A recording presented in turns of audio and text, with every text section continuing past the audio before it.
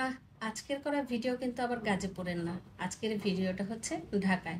আমার হাতে যখন ১০০ টাকাও থাকে তখন হাত চুলচুল করে, কখন সেই টাকাটা খরচ করব। তাই তো অনেক দিন যাবত যখন বাসায় বসা ছিলাম, মানে শারীরিক অসুস্থতায় ছিলাম, তখন অনেক কিছুই খেতে পারিনি। তাই তো অনেক দিন যাবত যখন একটু সুস্থ হয়েছি তখন কি আর না খেয়ে উপায় আছে? তাই তো হাঁটতে হাঁটতে চলে গিয়েছিলাম। আর কোথায় যাচ্ছি, সেখানে যে কি করলাম সবকিছুই আপনাদের সাথে শেয়ার করব। আসসালামু আলাইকুম, আশা করি সবাই ভালো আছেন। আলহামদুলিল্লাহ, আমিও আপনাদের দোয়ায় ভালো আছি। এই যে মা ছেলে দুজন মিলে হাঁটতে হাঁটতে আমরা কিন্তু 10 নাম্বার চলে আসছি।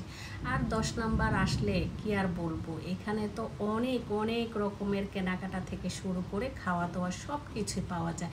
এত এত খাবারের আয়োজনের মধ্যে কোনটা খাবো কোনটা খাবো না কনফিউশনে পড়ে যাই। রাস্তা দিয়ে মিরপুর 10 নম্বর যাওয়ার পথেই দেখেছিলাম আমাদের গ্রীষ্মকালীন ফলগুলো কিন্তু উঠে গেছে বাজারে। গ্রীষ্মকালীন ফল দিয়ে এখন আস্তে আস্তে ভরপুর হয়ে যাচ্ছে। আর এই যে নাগামরিচ, এই নাগামরিচ দেখলে তো আর কোনো হুঁশ থাকেই না। নাগামরিচের আচার, ডাল দিয়ে নাগামরিচ খেতে খুবই ভালো লাগে। সেই সাথে ছোট মাছের চচ্চড়ি দিয়েও কিন্তু খুব ভালো লাগে এই নাগামরিচ।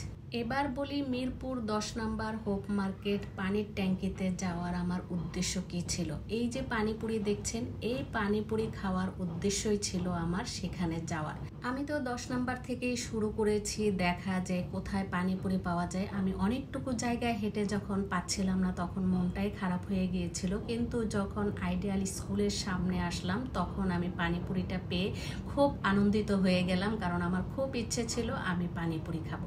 তো যাই হোক, এখানে 50 টাকা করে 100 টাকা দিয়ে 2 প্লেট আমি নিয়ে নিলাম পানিপুরি। তারপর তো একে একে সব ধরনের টক নিয়ে আমি এখানে পানিপুরিতে দিচ্ছিলাম। আমার ইচ্ছে ছিল আমি সবগুলো টক নিব, তবে বেশি করে নিয়েছিলাম নাগা মরিচের টকটা। যাই হোক, সব ধরনের টক নিয়ে আমি কিন্তু এখন খাওয়া দাওয়া শুরু করে দিব। প্রথমে ভাবলাম যে আগে দেখি টকটা কি বেশি হয়েছে নাকি ঝালটা বেশি হয়েছে। তবে মনে হচ্ছে যে একেবারে পারফেক্ট ছিল, টকে ঝালে সব কিছু মিলে। তো যাই হোক, এখানে আমি আবার ফুল গাছগুলো দেখছিলাম। পাশেই ছিল ফুল গাছ, মানে নার্সারি।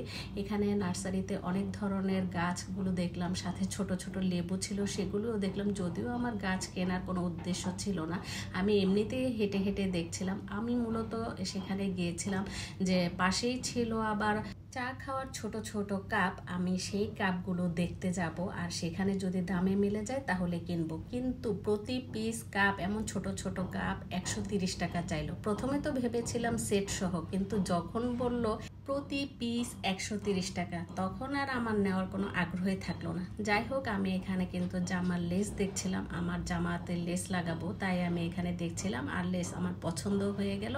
6.5 গজ লেস কিনে মা ছেলে বাসার উদ্দেশ্যে রওনা দিলাম। আর এই ছিল আমার ছোট্ট একটি ব্লগ। নেক্সট ব্লগ দেখার আমন্ত্রণ জানিয়ে শেষ করছি। আল্লাহ হাফেজ সবাই।